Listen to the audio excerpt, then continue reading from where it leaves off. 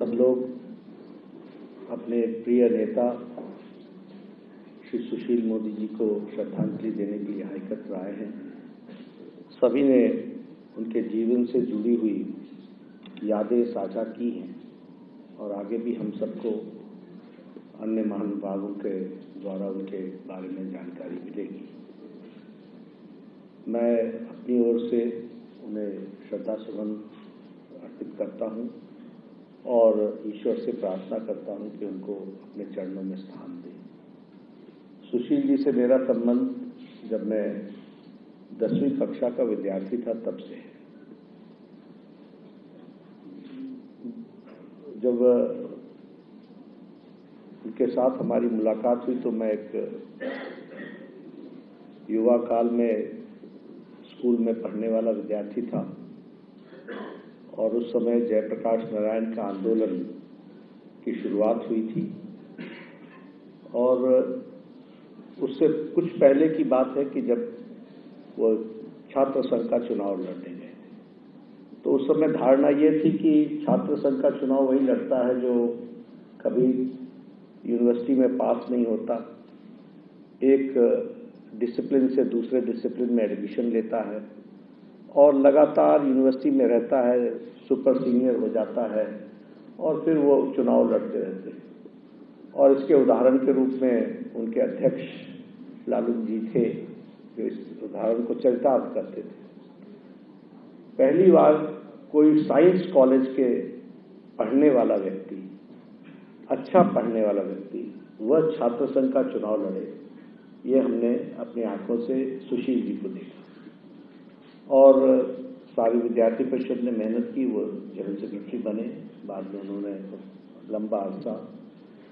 एक बात सिर्फ मैं कहना चाहूँगा कि आंदोलन में सभी लोग आए, बहुत से नेता आए उस समय, सोशलिस्ट भी थे, हमारी विचारधारा के भी थे, बाकी भी थे जिन्होंने जयप्रकाश नारायण के आंदोलन में एक अपना योगदान किया। लेकिन ईमानदारी से आंदोलन को और आंदोलन में ईमानदारी से अपनी जिम्मेवारी निभाना, ये हमने सुशील जी में देखा। अब कहना नहीं चाहिए आज के दिन, लेकिन बहुत लोगों को मैंने देखा जो जेल में थे, लेकिन ज़्यादातर वो राजेंद्र के आर ब्लॉक के हॉस्पिटल में देखा करते थे।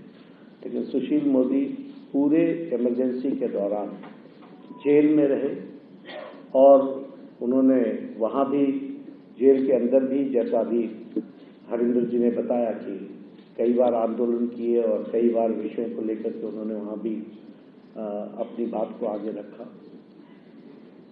एक वाकया मुझे याद आता है कि जब 77 में आंदोलन समाप्त हुआ, इमरजेंसी हटी, तो सभी युवा नेता या तो कोई एमएलए बन रहा था या कोई एमपी बन रहा था और एमपी बनने की होड़ थी और सुशील जी का कद इतना बड़ा था कि वो इनसे कहीं ऊंचे स्थान पर थे।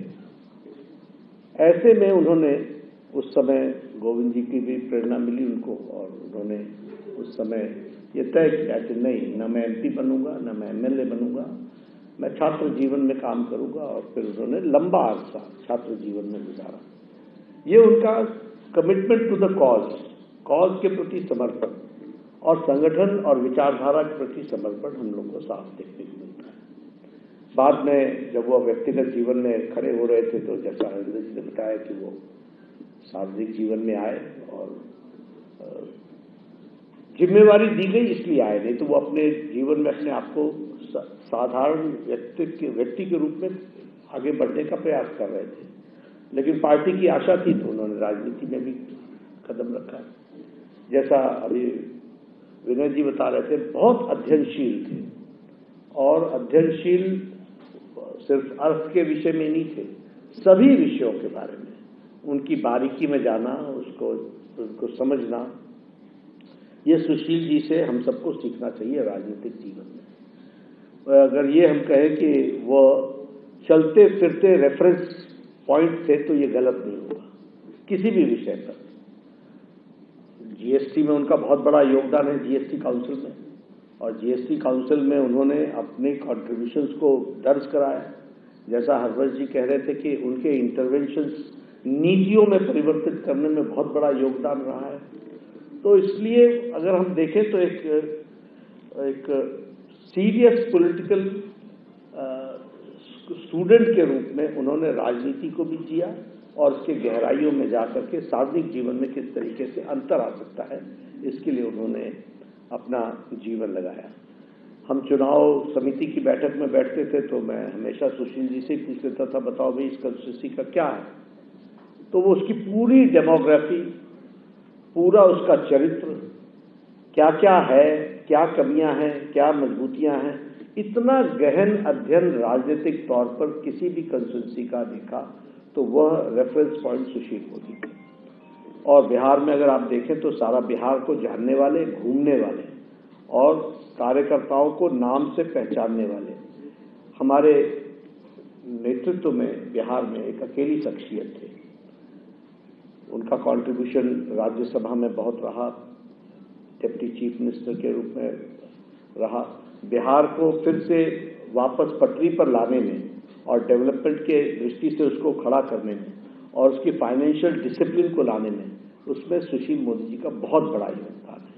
ये सिर्फ तभी समझ में आता है जब लोग राजनीतिक विज्ञान के तरीके से उनकी नीतियों का अध्ययन करें, उनके कार्यक्रमों का अध्ययन करें तो समझ में आएगा।